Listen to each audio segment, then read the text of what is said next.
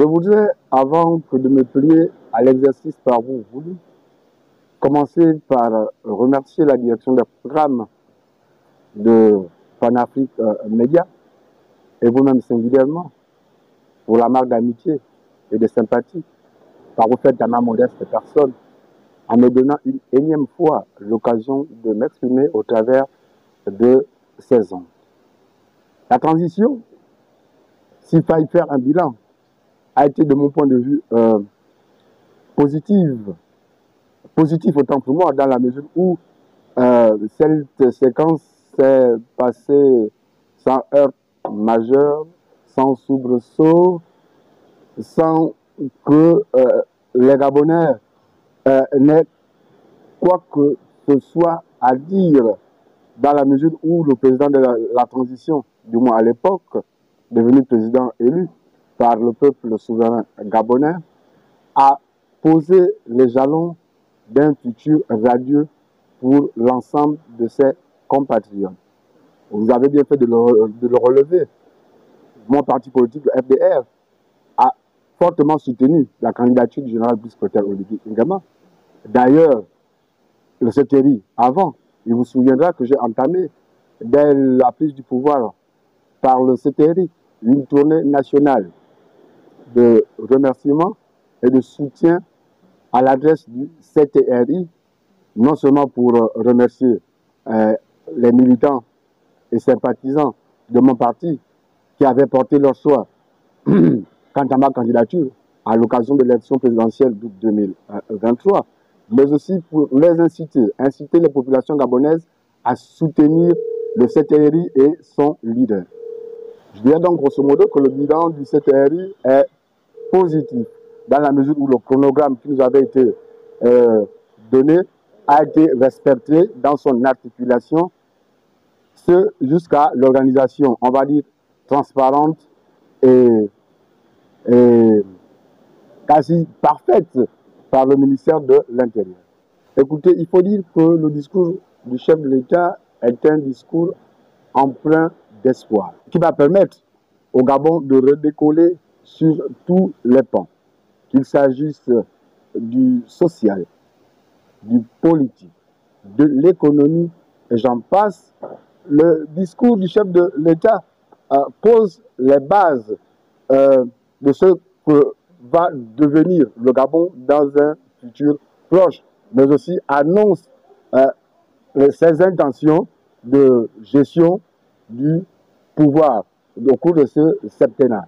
Ce que nous entendons, nous, en tant que politiques, c'est que le président traduise en acte le projet pour lequel il a été majoritairement élu par le peuple gabonais, mais aussi reconnaissent que le succès de cette transition est le témoignage et la preuve manifeste du sérieux, du sens patriotique des partis politiques, mais aussi de leur engagement à vouloir l'accompagner tout au long de cette phase transitionnelle, mais aussi de ce septennat qui s'ouvre, puisque nous l'avons tous accompagné, chacun avec ses moyens, pour que, in fine, il soit élu avec un score, j'allais dire quasiment stalinien, 94,85%.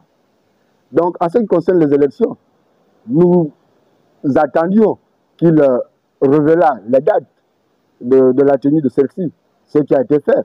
Il nous revient maintenant à nous de nous organiser pour pouvoir faire entendre nos voix au cours de cette occasion. C'est le mauvais côté de cette séquence transitionnelle qui vient de s'achever.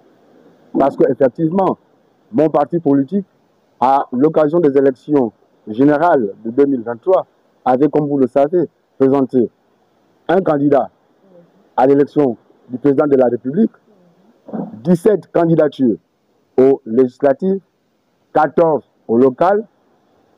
Il se trouve, hélas, que dès la prise du pouvoir par le CTI, les nominations au sein des deux chambres du Parlement n'ont pas tenu compte de la présence effective des forces en présence. En vérité, les partis politiques ont été, je peux le dire ainsi, lésés.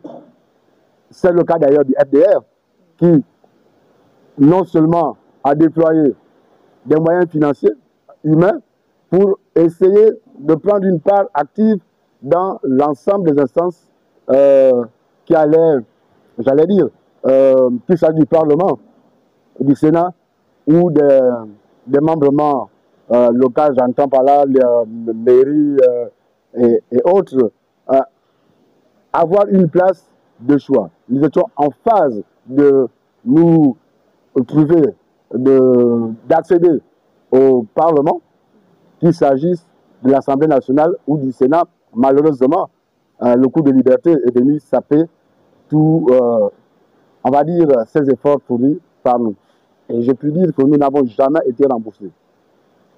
Outre les cautions, les moyens, on va dire les dépenses corollaires ou connexes n'ont jamais été remboursés. C'est le mauvais côté de cette séquence transitionnelle. C'est pourquoi je pense que le président de la République étant élu aujourd'hui doit avoir des coups de franche parce qu'il ne doit rien à personne. Il s'est, dès sa prise de pouvoir, entouré de pédégistes et d'archéo-pédégistes pour faire asseoir son pouvoir. Ça pouvait se comprendre. Mais aujourd'hui, on peut dire qu'il ne doit rien à personne puisqu'il a été élu par le peuple souverain et que les partis politiques que nous sommes l'avons accompagné tout au long de ce processus. En principe, il lui revient de manifester une once de reconnaissance vis-à-vis de chacun de nous. D'abord, qu'il soit assez représentatif de l'ensemble des couches sociales du pays, qu'il soit véritablement inclusif. Et c'est à ce niveau que nous attendons le chef de l'État qui prône dans l'inclusivité que nous voulons voir se traduire matériellement par des actes concrets qui nous permettront de nous sentir, nous aussi, pris en compte. Les perspectives du FDR quant aux élections à venir sont de participer de manière active à celles-ci pour essayer de faire entendre nos voix, histoire d'intégrer les deux chambres du Parlement, mais aussi d'accéder à la gestion des collectivités locales. J'entends par là mairie, département, etc., etc. Écoutez, le FDR était circonstanciellement membre du RDD, dans la mesure où celui-ci était le principal véhicule politique qui a accompagné le président dans le cadre de la campagne présidentielle. Il se trouve que depuis que l'élection présidentielle a pris fin, chaque entité a retrouvé son identité. Mais je vais vous faire une confidence. J'ai quelques minutes après que le ministère de l'Intérieur ait rendu officiel les résultats de l'élection présidentielle, eu l'honneur de me faire recevoir par le président de la République, nouvellement élu, pour aborder effectivement cette question. Le FDR n'est pas réfractaire à l'idée d'intégrer le RDB. Il se trouve que nous sommes un parti politique légalement constitué et organisé. Il nous faudra donc, pour nous déterminer de manière définitive, que des discussions allant dans ce sens soient approfondies. Et nous aviserons le moment venu. Le FDR, je vous disais, n'est pas réfractaire à l'idée de continuer à soutenir le président de la République, peu importe le cadre dans lequel ce soutien pourrait avoir lieu. Je voudrais simplement que les choses soient claires. La victoire du président de la République est d'abord et avant tout à mettre à l'actif des partis politiques qui ont préféré se saborder pour laisser le champ libre à leur candidat, à leur champion, puisque tel Oligui Nguema, qui a été brillamment élu, vous l'avez dit, par un score de 94,85%. C'est en cela que nous sommes fiers et que nous souhaitons que les choses soient simplement bien faites pour que nous continuions à l'accompagner tout au long de ce septennat. C'est d'ailleurs, je crois, la volonté majoritairement exprimée par les partis politiques légalement constitués et même ceux en voie de légalisation.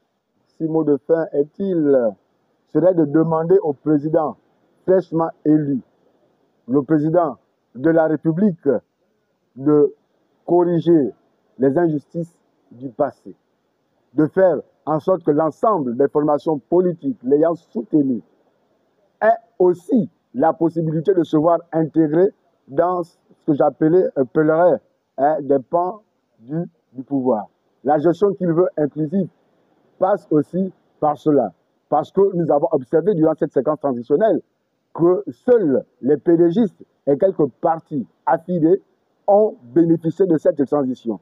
Nombreux ont, durant cette phase transitionnelle, pu avoir la chance, si ce n'est l'occasion, de s'en mettre plein les poches et donc iront aux élections avec des moyens conséquents. Or, ce n'est pas le cas pour l'ensemble des partis politiques, surtout pour le parti politique qui est le mien, le FDR, qui, à l'occasion des élections générales, s'est beaucoup investi sur le plan financier, d'abord, et humainement.